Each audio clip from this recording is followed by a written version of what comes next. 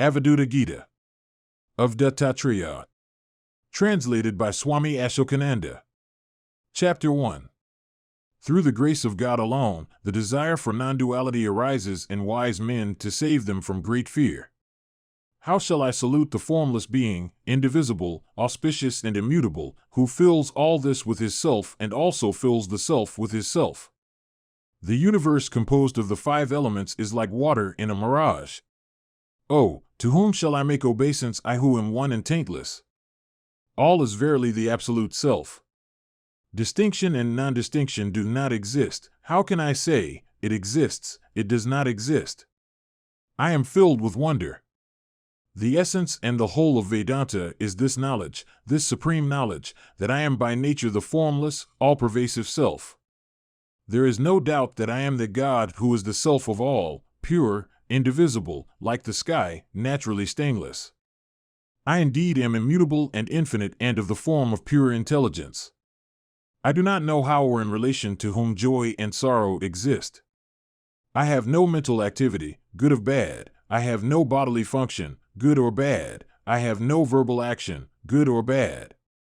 I am the nectar of knowledge, beyond the senses, pure. The mind indeed is of the form of space. The mind indeed is omnifaced. The mind is the past. The mind is all. But in reality there is no mind. I, the one only, am all this, beyond space and continuous. How can I see the self as visible or hidden? Thus you are one. Why then do you not understand that you are the unchangeable one, equally perceived in all? O mighty one, how can you, who are ever shining, unrestricted, think of day and night? Know the self always to be everywhere, one and unintercepted. I am the meditator and the highest object of meditation. Why do you divide the indivisible? You are not born nor do you die. At no time do you have a body. The scripture declares in many different ways the well-known dictum, all is Brahman. You are he who is exterior and interior. You are the auspicious one existing everywhere at all times. Why are you running hither and thither deluded, like an unclean spirit? Union and separation exist in regard neither to you nor to me. There is no you, no me, nor is there this universe. All is verily the self alone. You do not belong to that which is composed of the five objects of sense, such as sound, nor does that belong to you. You indeed are the supreme reality. Why then do you suffer? For you there is no birth or death, for you there is no mind, for you there is no bondage or liberation, no good or evil. Why do you shed tears, my child? Neither you nor I have name and form. O mind, why do you wander about deluded, like an unclean spirit? Behold the self indivisible. Be happy through renunciation of attachment. You verily are truth, devoid of change, motionless, one, of the nature of freedom. You have neither attachment nor aversion. Why do you suffer, seeking the objects of desires? All the scriptures say that the truth is without attributes, pure, immutable, bodiless, and existing equally everywhere. Know me to be that. There is not the least doubt about it. Know that which has form to be false, that which is formless to be eternal. Through the instruction of this truth there is no longer rebirth into this world. Sages say that reality is one only and the same. And through renunciation of attachment, the mind, which is one and many, ceases to exist. If it is of the nature of the not-self, how can there be samadhi? If it is of the nature of the self, how can there be samadhi? If it is both is and is not, how can there be samadhi? If all is one and of the nature of freedom, how can there be samadhi? You are pure homogeneous reality, disembodied, unborn, and immutable. Why do you think of yourself as I know it here or as I do not know? By such sentences as that thou art, your own self is affirmed. Of that which is untrue and composed of the five elements the Shruti says, not this, not this. As the self is filled by the self, so is all filled continuously by you. There is no meditator or meditation. Why does your mind meditate shamelessly? I do not know the Supreme, how shall I speak of him? I do not know the Supreme, how shall I worship him? If I am the Supreme One, who is the highest truth, who is homogeneous being and like unto space, how then shall I speak of him and worship him? The principle of ego is not the truth, which is homogeneous, which is free from the cause of superimposition and distinctions of perceived and perceiver. How can the ego be that which is aware of itself?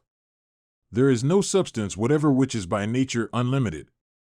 There is no substance whatever which is of the nature of reality. The very self is the supreme truth. There is neither injury nor non-injury in it. You are the homogeneous reality. You are pure, bodiless, birthless, and imperishable. Why then do you have any delusion about the self? Again, why am I myself deluded? When the pot is broken, the space within it is absorbed in the infinite space and becomes undifferentiated. When the mind becomes pure, I do not perceive any difference between the mind and the Supreme Being. There is no pot, there is no pot's interior space. Neither is there an individual soul nor the form of an individual soul. Know the absolute Brahman, devoid of knowable and knower. Know me to be that self who is everything and everywhere at all times, the one who is eternal, steady, the all, the non-existent, and the existent. Have no doubt. There are no Vedas, no worlds, no gods, no sacrifices. There is certainly no caste, no stage in life, no family, no birth. There is neither the path of smoke nor the path of light. There is only the highest truth, the homogeneous Brahman. If you are free of the pervaded and pervader, if you are one and fulfilled, how can you think of yourself as directly perceptible by the senses or beyond the range of the senses? Some seek non-duality, others duality. They do not know the truth, which is the same at all times and everywhere, which is devoid of both duality and non-duality. How can they describe the truth, which is beyond mind and words, which is devoid of white and other colors, of sound and other qualities? When all these appear to you as false, when the body and so on appear to you like space, then you know Brahman truly, then for you there is no dual series. Even my natural self appears to me as non-distinct from the Supreme Self. It appears to be one and like space. How can there be meditator and meditation? What I do, what I eat, what I sacrifice, what I give, all this is not mine in the least. I am pure, unborn, undecaying. Know all this universe to be formless. Know all this universe to be without change. Know all this universe to be of purified body. Know all this universe to be of the nature of the Absolute. You are verily the truth. There is no doubt about it. Otherwise, what do I know? Why do you consider the self, which is perceptible to itself, as imperceptible? My child, how can there be illusion and non-illusion, shadow and lack of shadow? All this is one truth, all this is of the nature of space and without taint. I am free in the beginning, in the middle, and in the end. I am never bound. This is my sure knowledge that I am naturally spotless and pure. The whole universe, beginning with the principle of cosmic intelligence, is not in the least manifest to me. All is indeed Brahman alone. How can there be any existence in caste or stage of life for me? I know that all, in every way, is the one indivisible I which is self-sustained and full, while the five elements, beginning with ether, are empty. The self is neither eunuch, man, nor woman, it is neither idea nor imagination. How can you think the self to be full of joy or joyless? The self certainly does not become pure through the practice of six-limbed yoga. It certainly is not purified by the destruction of the mind. It certainly is not made purer by the instructions of the teacher. It is itself the truth. It is itself the illumined one. There is no body made up of five elements, nor is there anyone who is disembodied. All is verily the self alone. How can there be the three states and the fourth? I am not bound, I am not, indeed, liberated. I am not different from Brahman. Neither doer nor enjoyer, I am devoid of the distinctions of the pervaded and the pervader. As water, when water has been poured into water, has no distinctions, so Purusa and Prakriti appear non-different to me. If indeed you are never bound or liberated, how then can you think yourself with form or as formless? I know your supreme form to be directly perceivable, like the sky. I know your lower form to be as water in a mirage.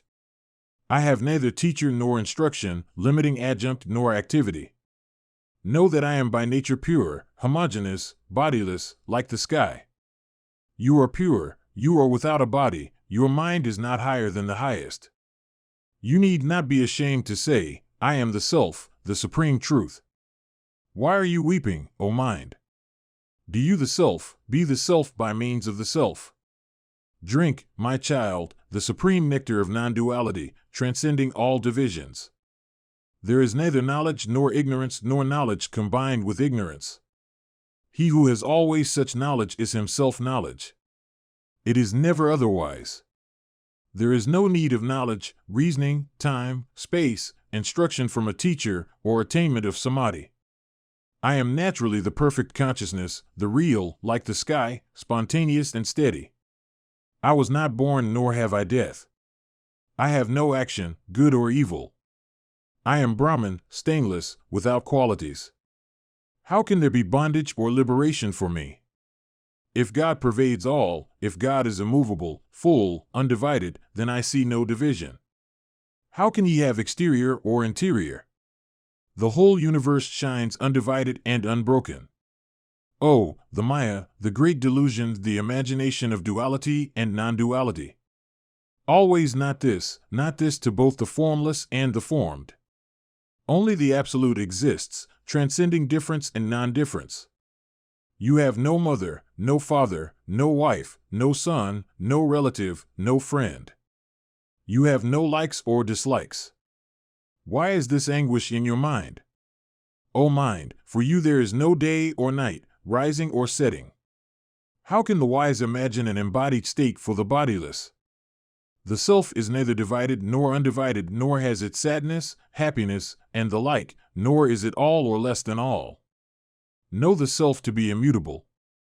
I am not the doer or enjoyer. Work have I none, now or formerly. I have no body nor am I bodiless. How can I have or not have a sense of myness? I have no fault such as passion and the like, nor have I any sorrow arising from the body. Know me to be the one self, vast and like the sky. Friend mind, of what use is much vain talk? Friend mind, all this is mere conjecture. I have told you that which is the essence, you indeed are the truth, like the sky. In whatever place yogis die, in whatever state, there they dissolve, as the space of a jar dissolves into the sky. Giving up the body in a holy place or in the house of a Kandala, the yogi, even if he has lost consciousness, becomes identified with the Absolute as soon as he is free of the body. The yogis consider duty in life, pursuit of wealth, enjoyment of love, liberation, and everything movable or immovable such as man and so on to be a mirage. This is my certain perception. I neither perform nor enjoy past action, future action, or present action. The avaduta alone, pure in evenness of feeling, abides happy in an empty dwelling place. Having renounced all, he moves about naked. He perceives the Absolute, the All, within himself. Where there are neither the three states of consciousness nor the fourth, there one attains the Absolute in the self. How is it possible to be bound or free where there is neither virtue nor vice? The avaduta never knows any mantra in Vedic meter nor any tantra. This is the supreme utterance of the avaduta, purified by meditation and merged in the sameness of infinite being. There exists neither complete void nor voidlessness, neither truth nor untruth. The avaduta, having realized the truths of the scriptures, has uttered this spontaneously from his own nature. Chapter 2. Of the teacher, even if he be young illiterate, or addicted to the enjoyment of sense objects, even if he be a servant or a householder, none of these should be considered. Does anyone shun a gem that has fallen in an impure place? In such a case one should not consider even the quality of scholarship. A worldly person should recognize only the essence. Does not a boat, though devoid of beauty and vermilion paint, nevertheless ferry passengers? The unmoving one, who without effort possesses all that is movable and immovable, is consciousness, naturally calm, like the sky. How can he, the one and all-pervading, who moves effortlessly all that is movable and immovable, be differentiated? To me he is non-dual. I am verily supreme, since I am the Absolute, more essential than all essences, since I am free from birth and death, calm and undifferentiated. Thus I, free from all components, am worshipped by the gods, but being full and perfect, I do not recognize any distinctions such as gods and the like. Ignorance does not create any doubt. What shall I do, being endowed with modifications of the mind? They arise and dissolve like bubbles in water. Thus am I ever pervading all existence, beginning with cosmic intelligence, pervading soft, hard, sweet, and pungent substances. As pungency, coldness, or softness is non-different from water, so Prakriti is non-different from Purusa. Thus it appears to me. The Lord of the universe is devoid of all names. He is subtler than the subtlest, supreme, he is spotless, beyond the senses, mind, and intellect. Where there is such a natural being, how can there be I? How can there be even you? How can there be the world? That which has been described as being like ether is indeed like ether. That is consciousness, blameless, omniscient, and perfect. It does not move about on the earth or dwell in fire. It is not blown by the wind or covered by water. Space is pervaded by it, but it is not pervaded by anything. It is existing within and without. It is undivided and continuous. One should successively take recourse to the objects of concentration, as mentioned by the yogis, in accordance with their subtlety, invisibility, and attributelessness. When through constant practice one's concentration becomes objectless, then, being divested of merits and demerits, one attains the state of complete dissolution in the Absolute through the dissolution of the object of concentration, but not before then. For the destruction of the terrible poisonous universe, which produces the unconsciousness of delusion, there is but one infallible remedy, the nectar of naturalness. That which has form is visible to the eye, while the formless is perceived mentally.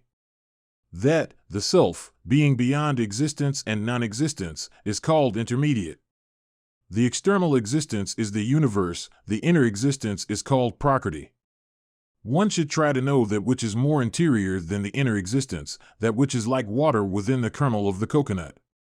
Illusory knowledge relates to what is outside, correct knowledge to what is inside. Try to know that which is more interior than the inside, that which is like water within the kernel of the coconut. There is only one very clear moon on the full moon night. One should perceive that, the self, like the moon-seeing duality, is perversion. It is indeed in this way that intelligence becomes divided and ceases to be all-comprehending. A giver attains to wisdom and is sung with millions of names. Whoever, whether he be ignorant or learned, attains to the full awareness of truth through the grace of a teacher's wisdom, becomes detached from the ocean of worldliness. He who, free from attachment and hatred, devoted to the good of all beings, fixed in knowledge and steady, attained to the supreme state. As the space within a pot dissolves in the universal space when the pot is broken, so a yogi, in the absence of the body, dissolves into the supreme self, which is his true being.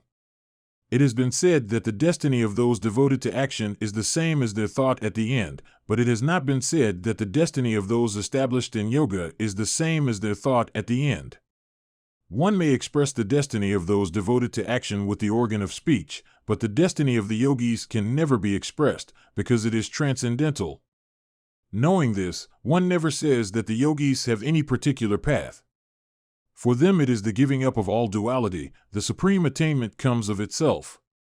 The yogi, having died anywhere, in a holy place or in the house of an untouchable, does not see the mother's womb again, he is dissolved in the supreme Brahman. He who has seen his true self, which is innate, unborn, and incomprehensible, does not, if anything desired happens to him, become tainted. Being free from taint, he never performs any action. The man of self-restraint or the ascetic, therefore, is never bound. He attains to the supreme self, who is eternal, pure, fearless, formless, and supportless, who is without body, without desire, beyond the pairs of opposites, free from illusion and of undiminished power. He attains to the supreme, eternal self, in whom exists no Veda, no initiation, no tonsure, no teacher, no disciple, no perfection of symbolic figures, no hand posture, or anything else. He attains to the supreme, eternal self, in whom is neither Sambhavi, nor Sakti, nor Anavi initiation, neither a sphere, nor an image, nor a foot, nor anything else, neither beginning, nor ending, nor a jar, etc. He attains to the supreme, eternal self, from whose essence the universe of movable and immovable objects is born, in whom it rests, and into whom it dissolves, even as foam and bubbles are born of the transformation of water. He attains to the supreme, eternal self, in whom is no closing of nostril, nor gazing, nor posture, and in whom is neither knowledge, nor ignorance, nor any nerve current. He attains to the supreme, eternal self, who is devoid of manifoldness, oneness, many and oneness, and otherness, who is devoid of minuteness, length, largeness, and nothingness, who is devoid of knowledge, knowableness, and sayingness. He attains the supreme, eternal self whether he has perfect self-control or not, whether he has withdrawn his senses well or not, whether he has gone beyond activity or is active. He attains the supreme, eternal self who is not mind, intelligence, body, senses, or egoism, who is neither the subtle elements nor the five gross elements nor of the nature of space. When injunctions cease and the yogi attains to the supreme self, his mind being void of differentiations, he has neither purity nor impurity, his contemplation is without distinguishing attributes, and even what is usually prohibited is permissible to him. Where mind and speech can utter nothing, how can there be instruction by a teacher? To the teacher, ever united with Brahman, who has said these words, the homogeneous truth shines out. Chapter 3. The distinction of quality and absence of quality does not exist in the least. How shall I worship Shiva the Absolute, who is devoid of attachment and detachment, who is of the form of ether, omniform, beyond illusion and all-pervading? Shiva, the Absolute, is ever without white and other colors. This effect and cause are also the supreme Shiva. I am thus the pure Shiva, devoid of all doubt. O beloved friend, how shall I bow to the self and myself? I am devoid of root and rootlessness, and am ever manifest. I am devoid of smoke and smokelessness, and am ever manifest. I am devoid of light and the absence of light, and am ever manifest. I am the nectar of knowledge, homogeneous existence like the sky. How shall I speak of desirelessness and desire? How shall I speak of non-attachment and attachment? How shall I speak of him as devoid of substance and insubstantiality? I am the nectar of knowledge, homogeneous existence, like the sky. How shall I speak of the whole, which is non-dual? How shall I speak of the whole which is of the nature of duality? How shall I speak of the whole, which is eternal and non-eternal? I am the nectar of knowledge, homogeneous existence like the sky. It is neither gross nor subtle. It has neither come nor gone. It is without beginning, middle, and end. It is neither high nor low. I am truly declaring the highest reality. I am the nectar of knowledge, homogeneous existence, like the sky. Know all instruments of perception to be like ethereal space. Know all of perception to be like ethereal space. Know this pure one is neither bound nor free. I am the nectar of knowledge, homogeneous existence, like the sky. My child, I am not difficult to comprehend, nor am I hidden in consciousness. My child, I am not difficult to perceive, nor am I hidden in the perceptible. My child, I am not hidden in the forms immediately near me. I am the nectar of knowledge, homogeneous existence, like the sky. I am the fire that burns the karma of one who is beyond all karma. I am the fire that burns the sorrow of one beyond all sorrow. I am the fire that burns the body of one who is devoid of body. I am the nectar of knowledge, homogeneous existence, like the sky.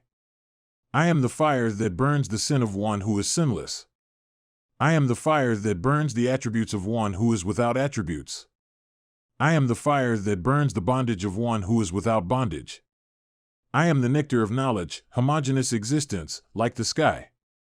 My child, I am not devoid of non-existence and existence. My child, I am not devoid of unity and the absence of unity. My child, I am not devoid of mind and absence of mind. I am the nectar of knowledge, homogeneous existence, like the sky. It is not my ignorance that the one beyond illusion seems to be positioned in illusion. It is not my ignorance that the griefless one appears to be positioned in grief. It is not my ignorance that the greedless one appears to be positioned in greed. I am the nectar of knowledge, homogeneous existence, like the sky. The creeper-like growth of worldly existence is never mine.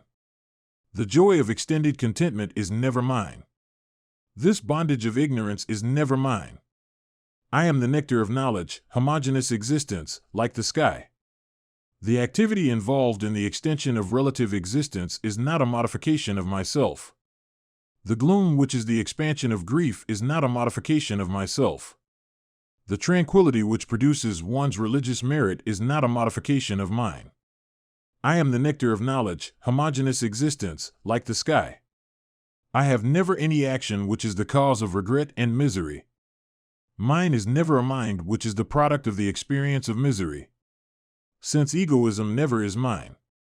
I am the nectar of knowledge, homogeneous existence, like the sky. I am the death of the movement of the unmoving one. I am neither decision nor indecision. I am the death of sleep and wakefulness. I am neither good nor evil, neither moving nor unmoving. I am neither substance nor insubstantial. I am the nectar of knowledge, homogeneous existence, like the sky. This, self, knowable nor the instrument of knowing. It is neither reason nor the one to be reasoned about. It is beyond the reach of words. It is neither mind nor intelligence. How can I speak this truth to you? I am the nectar of knowledge, homogeneous existence, like the sky. The supreme reality is devoid of the undivided and the divided. The supreme truth is in no way within or without. It is beyond causation.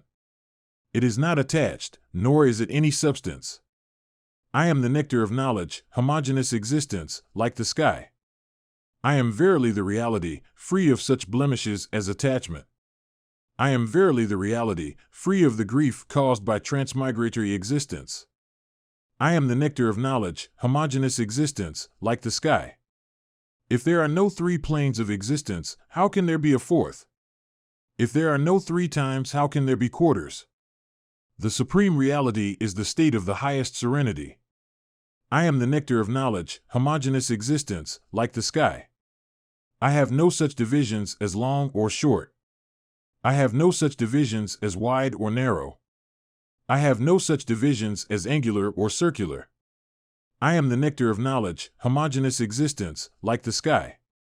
I never had a mother, father, son, or the like. I was never born and never did I die. I never had a mind. The supreme reality is undistracted and calm. I am the nectar of knowledge, homogeneous existence, like the sky. I am pure, very pure, beyond reason and of infinite form. I am non-attachment and attachment, beyond reason and of infinite form. I am undivided and divided, beyond reason and of infinite form. I am the nectar of knowledge, homogeneous existence, like the sky. If the supreme reality is only one and stainless, how can there be here and the hosts of gods beginning with Brahma, and how can there be here the worlds of habitation, such as heaven? I am the nectar of knowledge, homogeneous existence, like the sky. How shall I, the pure one, the not this and yet the not this, speak? How shall I, the pure one, the endless and the end, speak? How shall I, the pure one, attributeless and attribute, speak? I am the nectar of knowledge, homogeneous existence, like the sky. I ever perform the supreme action which is non-action. I am supreme joy, devoid of attachment and detachment. I am everlasting joy, devoid of body and absence of body. I am the nectar of knowledge, homogeneous existence, like the sky. The creation of the illusory universe is not my modification. The creation of deceit and arrogance is not my modification. The creation of truth and falsehood is not my modification. I am the nectar of knowledge, homogeneous existence, like the sky. I am devoid of time, such as twilight, I have no disjunction. I am devoid of interiorness and awakening. I am neither deaf nor mute. I am thus devoid of illusion. I am not made pure by moods of mind. I am the nectar of knowledge, homogeneous existence, like the sky. I am without a master and the absence of a master, I am unperturbed. I have transcended mind and absence of mind. I am unperturbed. Know me as unperturbed and transcended of all. I am the nectar of knowledge, homogeneous existence, like the sky. How shall I say that this is a forest or a temple? How shall I say that this is proved or doubtful? It is thus uninterrupted, homogeneous, calm existence. I am the nectar of knowledge, homogeneous existence, like the sky. The self devoid of life and lifelessness shines forever. Devoid of seed and seedlessness, of liberation and bondage, it shines forever. I am the nectar of knowledge, homogeneous existence, like the sky. It shines forever, devoid of birth, mundane existence, and death. I am the nectar of knowledge, homogeneous existence, like the sky. Thou hast no name and form even to the extent of illusion, nor any substance differentiated or undifferentiated. Why dost thou grieve, O thou shameless mind? I am the nectar of knowledge, homogeneous existence, like the sky. Why weepest thou, friend? Thou hast no age or birth. Why weepest thou, friend? Thou hast no misery of birth. Why weepest thou, friend? There is no change for thee. I am the nectar of knowledge, homogeneous existence, like the sky. Why dost weep, thou friend? Thou hast no natural form. Why dost thou weep, friend? Thou hast deformity. Why dost thou weep, friend? Thou hast no age. I am the nectar of knowledge, homogeneous existence, like the sky. Why dost thou weep, friend? Thou hast no age. Why dost thou weep, friend? Thou hast no mind. Why dost thou weep, friend? Thou hast no senses. I am the nectar of knowledge, homogeneous existence, like the sky. Why dost thou weep, friend? Thou hast no lust. Why dost thou weep, friend? Thou hast no greed. Why dost thou weep, friend? Thou hast no delusion. I am the nectar of knowledge, homogeneous existence, like the sky. Why dost thou desire affluence? Thou hast no wealth. Why dost thou desire affluence? Thou hast no wife. Why dost thou desire affluence? Thou hast none that is thine own. I am the nectar of knowledge, homogeneous existence, like the sky. Birth in this universe of false appearances is neither thine nor mine. This shameless mind appears differentiated. This, devoid of difference and non-difference, is neither mine nor thine. I am the nectar of knowledge, homogeneous existence, like the sky. Thou hast not the nature of non-attachment in the slightest, nor hast thou in the slightest the nature of attachment. Thou hast not even the slightest nature of desire. I am the nectar of knowledge, homogeneous existence, like the sky. In thy mind there is neither the meditator, meditation, nor the object of meditation. Thou hast no samadhi. There is no region outside thee, nor is there any substance of time. I am the nectar of knowledge, homogeneous existence, like the sky. I have told thee all that is essential. There is neither thou, nor anything for me or for a great one. Nor is there any teacher or disciple. The supreme reality is natural and exists in its own way. I am the nectar of knowledge, homogeneous existence, like the sky.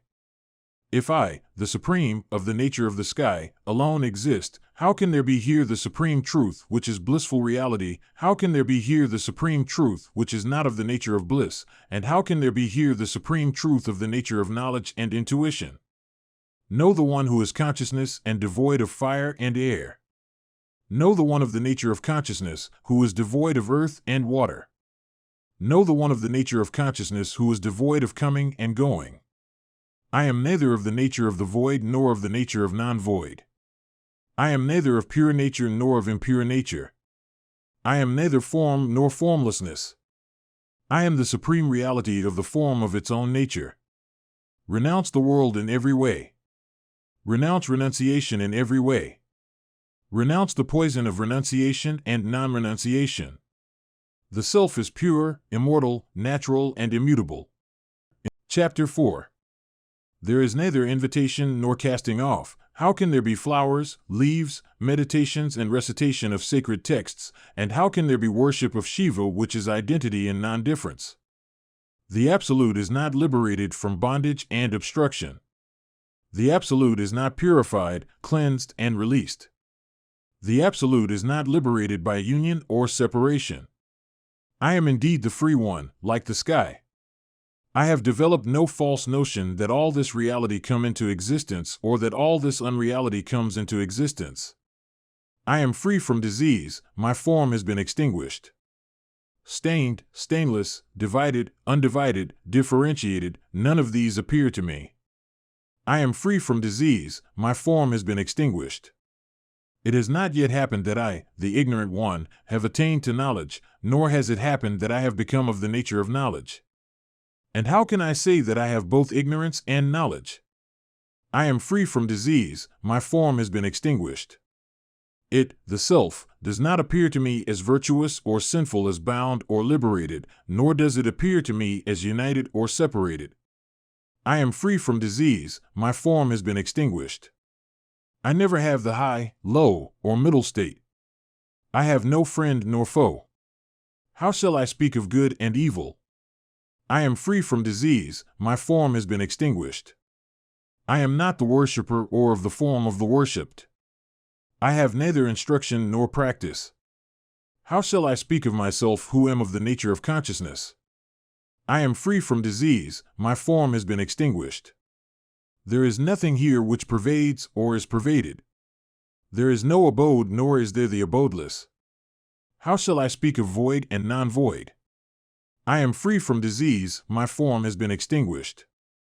There is no one to understand and nothing, indeed, to be understood. I have no cause and no effect. How shall I say that I am conceivable or inconceivable? I am free from disease, my form has been extinguished. There is nothing dividing, nothing to be divided. I have nothing to know with and nothing to be known. How shall I then speak of coming and going, my child? I am free from disease, my form has been extinguished. I have no body or bodilessness, nor have I intelligence, mind, or senses. How shall I speak of attachment and detachment? I am free from disease, my form has been extinguished. The self is not separate or high, and it has not disappeared even to the extent of illusion. Friend, how can I speak of it as identical or different? I am free from disease, my form has been extinguished. Neither have I conquered the senses, nor have I not conquered them. Self-restraint or discipline never occurred to me. Friend, how can I speak of victory and defeat? I am free from disease, my form has been extinguished. Never have I form or absence of form, never any beginning, middle, or end. Friend, how can I speak of strength and weakness? I am free from disease, my form has been extinguished. Never, my child, did I have death or deathlessness, poison or poisonlessness. How can I speak of pure and impure? I am free from disease, my form has been extinguished. Never have I sleep or awakening. Never do I practice concentration or hand posture. For me there is neither day nor night. How can I speak of the transcendental and relative states? I am free from disease, my form has been extinguished. Know me is free from all and form the details composing the all. I have neither illusion nor freedom from illusion. How shall I speak of such rituals as morning and evening devotions? I am free from disease, my form has been extinguished. Know me as endowed with all concentration. Know me as free from any relative or ultimate aim. How shall I speak of union and separation? I am free from disease, my form has been extinguished. I am neither ignorant nor learned, I observe neither silence nor absence of silence. How shall I speak of argument and counter-argument? I am free from disease, my form has been extinguished. Never do I have father, mother, family, caste, birth, and death. How shall I speak of affection and infatuation? I am free from disease, my form has been extinguished. Never do I disappear, I am ever manifest. Never so I have effulgence or absence of effulgence. How shall I speak of such rituals as morning and evening devotions? I am free from disease, my form has been extinguished. Know me beyond all doubt to be boundless. Know me beyond all doubt to be undivided. Know me beyond all doubt to be stainless. I am free from disease, my form has been extinguished. The wise give up all meditations, they give up all good and evil deeds and drink of the nectar of renunciation. I am free from disease, my form has been extinguished. There is verily no versification where one knows nothing. The Supreme and Free One, absorbed in the consciousness of the homogeneous being and pure of thought, prattles about the truth. Chapter 5. The word Om is like the sky, it is not the discernment of the essence of high or low. How can there be enunciation of the point of the word Om which annuls the manifestation of the unmanifest? The Shrutis, such as that thou art, prove to thee thou art indeed that devoid of adjuncts and the same in all.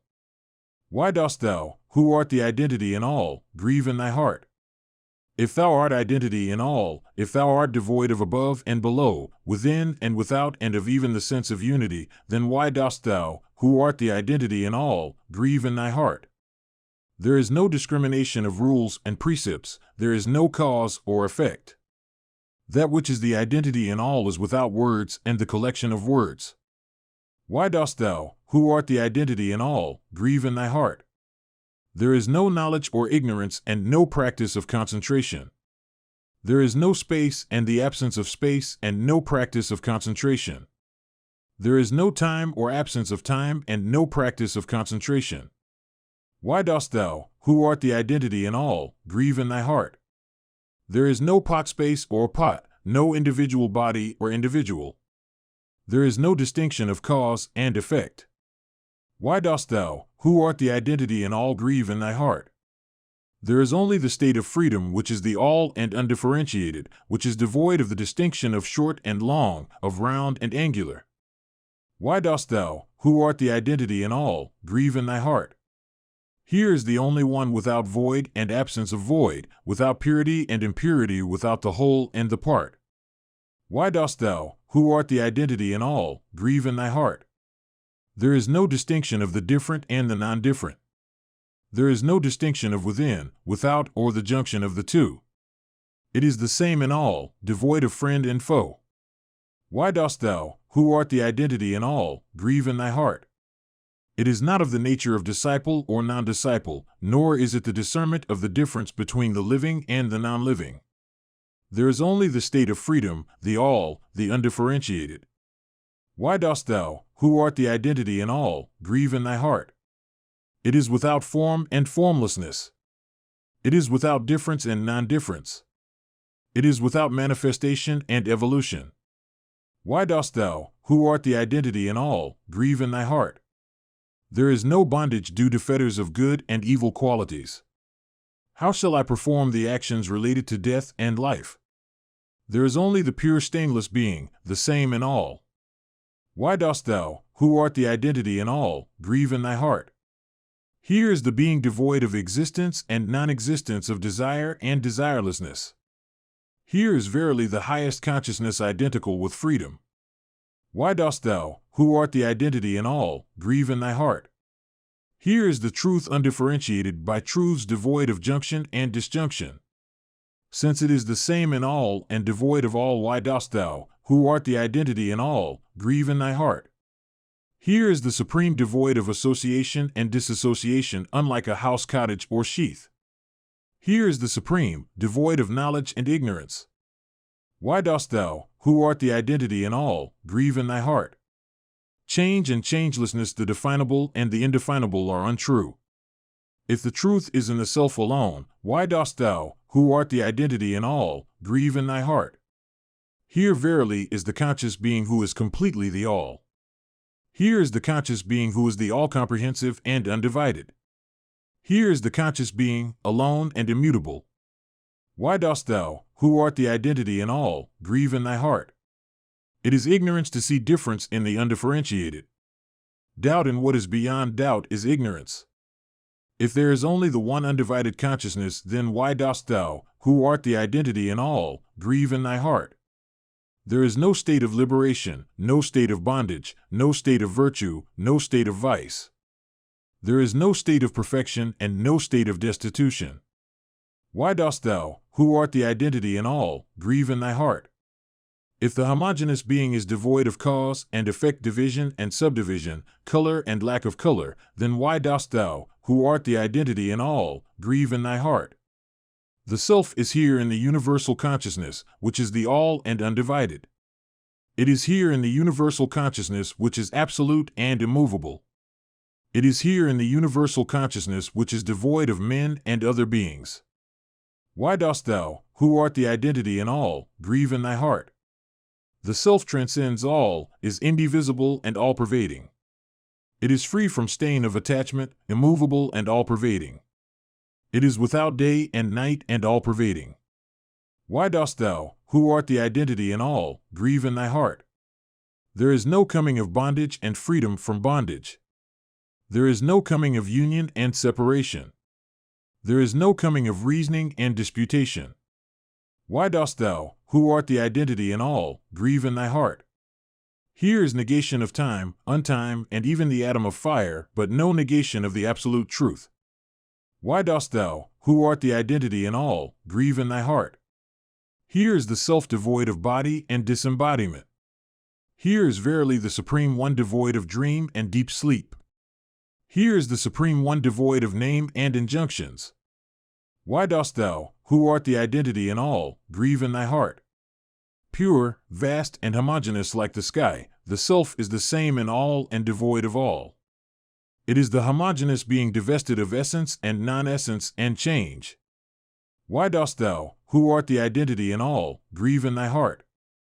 Here is the self which is more than dispassionate to virtue and vice, to substance and non-substance, to desire and desirelessness. Why dost thou, who art the identity in all, grieve in thy heart? Here is the self, the same in all which is without grief and grifelessness. Here is the Supreme, without happiness and sorrow. The Supreme Truth is devoid of teacher and disciple. Why dost thou, who art the identity in all, grieve in thy heart? Verily there is no offshoot, essence, or absence of essence. Neither is there movable nor immovable, sameness nor variety. The self is devoid of reason and unreason. Why dost thou, who art the identity in all, grieve in thy heart? Here is the essence, the concentration of all essences, which is said to be different from one's individual consciousness. To be the instrument of perception of objects is unreal. Why dost thou, who art the identity in all, grieve in thy heart? Since the Vedas have declared variously that this universe made of ether and the like is like a mirage, and since the self is one, indivisible and the same in all, why dost thou, who art the identity in all, grieve in thy heart? Where one knows nothing, there is verily no versification. The Supreme and Free One, pure of thought, absorbed in the consciousness of the homogeneous being, prattles about the truth. Chapter 6. The Shrutis declare in various ways that this, the ether and its like, and we ourselves are like a mirage. If there is only one indivisible, all-comprehensive absolute, how can there be the comparable and comparison? The Supreme is without divisibility and indivisibility. The Supreme is without activity and changeability. If there is only one indivisible, all-comprehensive absolute, how can there be worship, how can there be austerity? The mind is verily supreme, undivided, all-pervasive and devoid of largeness and smallness. The mind is indeed the indivisible, all-comprehensive absolute. How can we do anything with the mind and speech? The self is the negation of the distinction between day and night. The self is the negation of the risen and the not risen. If there is only one indivisible, all-comprehensive absolute, how can there be the sun, moon, and fire? The self is that from which the distinctions of desire and desirelessness, of action and inaction are gone. If there is only one indivisible, all-comprehensive absolute, how can there be consciousness differentiated by exterior and interior? If the self is devoid of essence and lack of essence, if it is without void and non-void, if there is only one indivisible, all-comprehensive absolute, how can there be a first, how can there be a last? If the self is the negation of difference and non-difference, if it is the negation of the knower and the knowable, if there is only one indivisible, all-comprehensive absolute, how can there be the third, how can there be the fourth? The spoken and the unspoken are not the truth, the known and the unknown are not the truth. If there is only one indivisible, all-comprehensive absolute, how can there be objects, senses, mind, and intellect? Ether and air are not the truth, earth and fire are not the truth. If there is only one indivisible, all-comprehensive absolute, how can there be cloud, how can there be water? If the self is the negation of imagined worlds, if it is the negation of imagined gods, if there is only one indivisible, all-comprehensive absolute, how can there be discriminating consciousness of good and evil? The self is the negation of death and deathlessness. It is the negation of action and inaction. If there is only one indivisible, all-comprehensive absolute, how can one speak of coming and going? No such distinctions exist as Prakriti and Purusa. There is no difference between cause and effect. If there is only one indivisible, all-comprehensive absolute, how can one speak of self and not self? There is no coming of the third kind of misery or the second kind of misery due to the gunas. If there is only one indivisible, all-comprehensive absolute, how can there be an old man, a young man, and an infant? The Supreme is without caste and stage of life, without cause and agent. If there is only one indivisible, all-comprehensive absolute, how can there be consciousness of the destroyed and the undestroyed? The destroyed and the undestroyed are both false. The born and the unborn are both false. If there is only one indivisible, all-comprehensive absolute, how can there be the perishable and the imperishable? The self is the annihilation of the masculine and the non-masculine. It is the annihilation of the feminine and the non-feminine. If there is only one indivisible, all-comprehensive absolute, how can there be consciousness of joy and lack of joy? If the Supreme is free of delusion and sorrow, doubt and grief, if there is only one indivisible, all-comprehensive absolute, how can there be I and mine?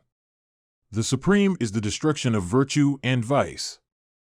It is the destruction of bondage and freedom from bondage. If there is only one indivisible, all-comprehensive absolute, how can there be here any consciousness of sorrow and the absence of sorrow? No distinction of sacrificer and sacrifice exists. No distinction of fire and ingredients exists. If there is only one indivisible, all-comprehensive absolute, say how can there be any fruits of work? The self is verily free from sorrow and absence of sorrow. The self is free from pride and the absence of pride. If there is only one indivisible, all-comprehensive absolute, how can there be consciousness of attachment and non-attachment? No such change as illusion and freedom from illusion exists. No such change as greed and freedom from greed exists. If there is only one indivisible, all-comprehensive absolute, how can there be consciousness of discrimination and lack of discrimination? There are never any you and I. The discrimination of family and race is false. I am indeed the absolute and the supreme truth. In that case, how can I make salutation? The self is that in which the distinction of teacher and disciple disappears, and in which the consideration of instruction also disappears. I am indeed the absolute and the supreme truth. How can I, in that case, make salutation? There is no imagined division of bodies. There is no imagined division of worlds. I am indeed the absolute and the supreme truth.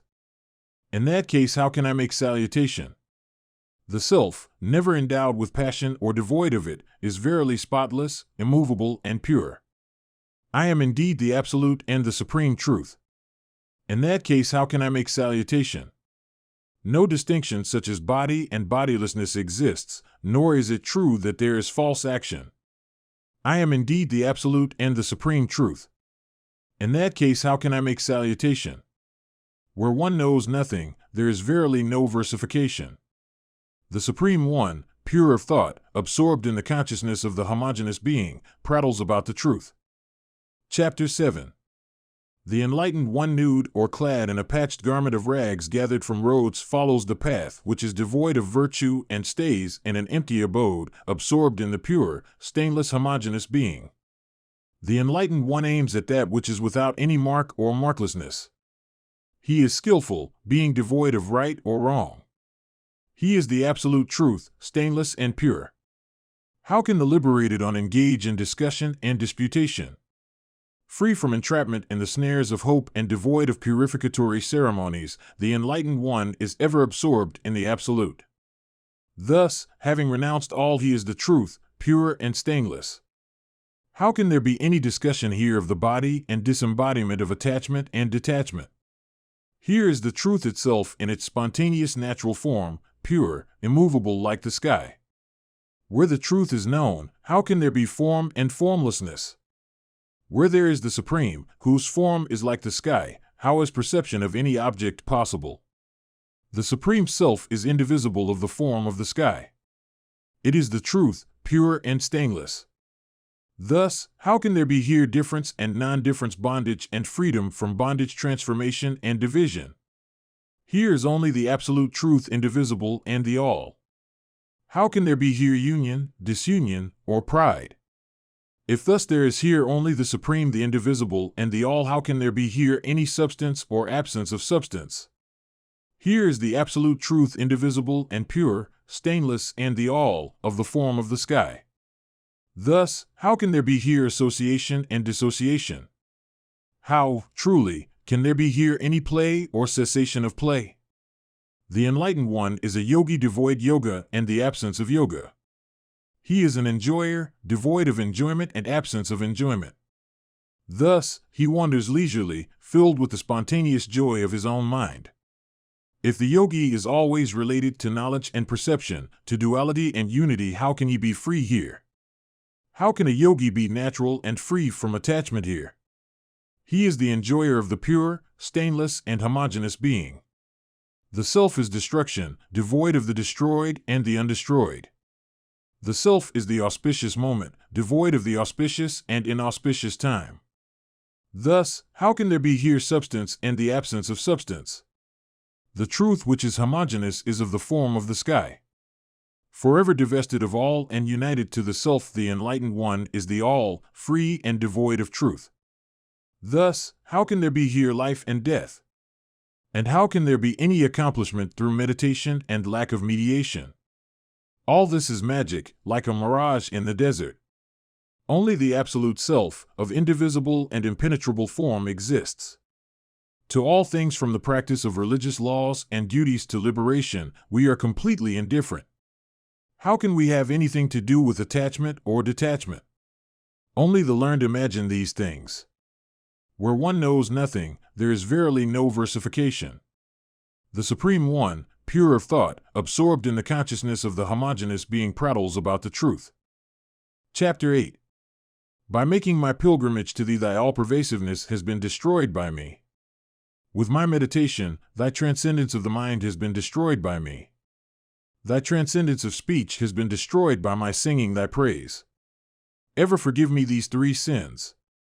A sage is one whose intelligence is unsmitten by lusts, who is self-controlled, gentle and pure, who possesses nothing, who is indifferent, who eats moderately, is quiet and steady, and has taken refuge in me. The sage is vigilant and resolute, has a profound mind, and has conquered the 6 bondages. He is not proud, but gives honor to others. He is strong, friendly to all, compassionate and wise. The sage is merciful, non-violent, and enduring of all. He is pure-hearted and is the essence of truth. He is the same to all and beneficent to all. The sign of an avaduta should be known by the blessed ones, by those who know the truth of the significance of the letters of the Vedas and who teach Veda and Vedanta. The significance of the letter A is that the avaduta is free from the bondage of hopes, is pure in the beginning, middle, and end, and dwells ever in joy. The syllable Va is indicative of him by whom all desires have been renounced, whose speech is wholesome, and who dwells in the present. The syllable Dhu is a sign of him whose limbs are gray with dust, whose mind is purified, who is free from all diseases, and who is released from the practice of concentration and meditation. The syllable Ta is significant of him by whom the thought of truth has been made steady, who is devoid of all thoughts and efforts, and who is free from ignorance and egoism. This Gita or song is composed by Dattatreya Avadhuta, who is the embodiment of bliss. Whoever reads or hears it has never any rebirth. Present you by HinduMonastery.com